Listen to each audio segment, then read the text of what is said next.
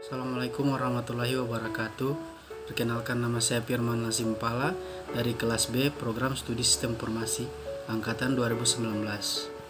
Di sini saya akan memaparkan tugas dari mata kuliah basis data lanjutan, yaitu tentang studi kasus normalisasi database.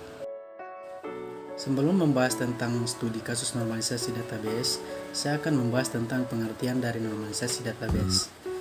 Normalisasi database merupakan teknik analisis data yang mengorganisasikan atribut-atribut data dengan cara mengelompokkan sehingga terbentuk entitas yang non-redundan, stabil, dan fleksibel.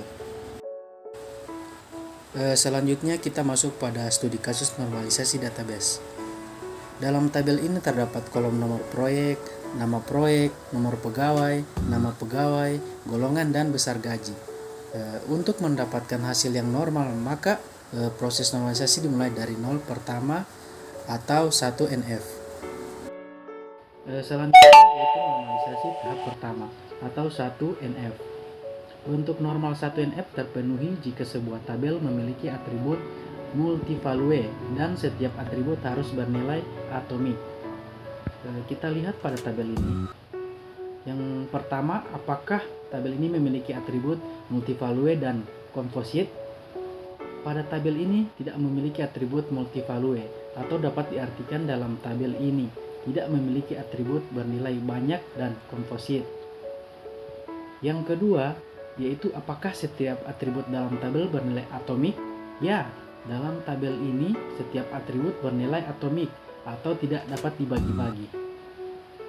Dapat disimpulkan bahwa tabel ini telah memenuhi 1 NF, bentuk normal 1 NF.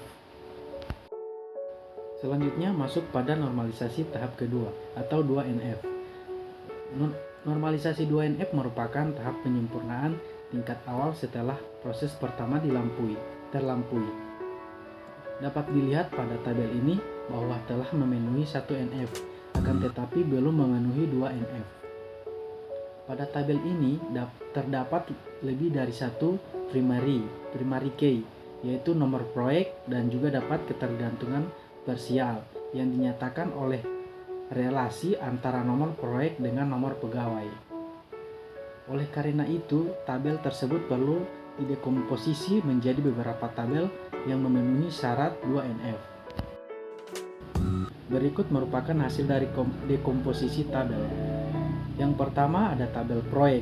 Di sini ada nama proyek bergantung pada nomor proyek. Tabel yang kedua yaitu tabel pegawai, di mana nomor pegawai, golongan, dan gaji besar tergantung pada nomor pegawai. Yang ketiga ada tabel proyek pegawai. Setiap pegawai bekerja pada proyek, maka ada hubungan antara tabel proyek dan tabel pegawai.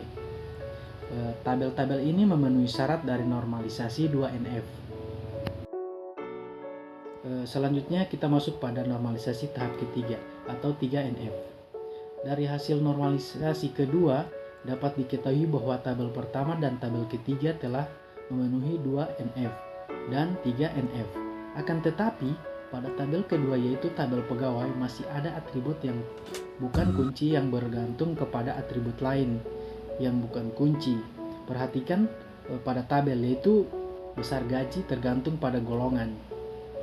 Oleh karena itu, uraian tabel pegawai menjadi tabel pegawai dan tabel golongan sebagai berikut. Yang pertama ada tabel pegawai yang terdiri dari nomor pegawai, nama pegawai, dan golongan. Yang kedua ada tabel golongan yang berisi tentang golongan dan besar gaji. Berikut merupakan tabel hasil yang telah memenuhi normalisasi dari tahap 1 NF sampai pada tahap 3 NF. Sekian, itulah pemaparan dari tugas studi kasus normalisasi database. Lebih dan kurangnya saya mohon maaf. Terima kasih. Wassalamualaikum warahmatullahi wabarakatuh.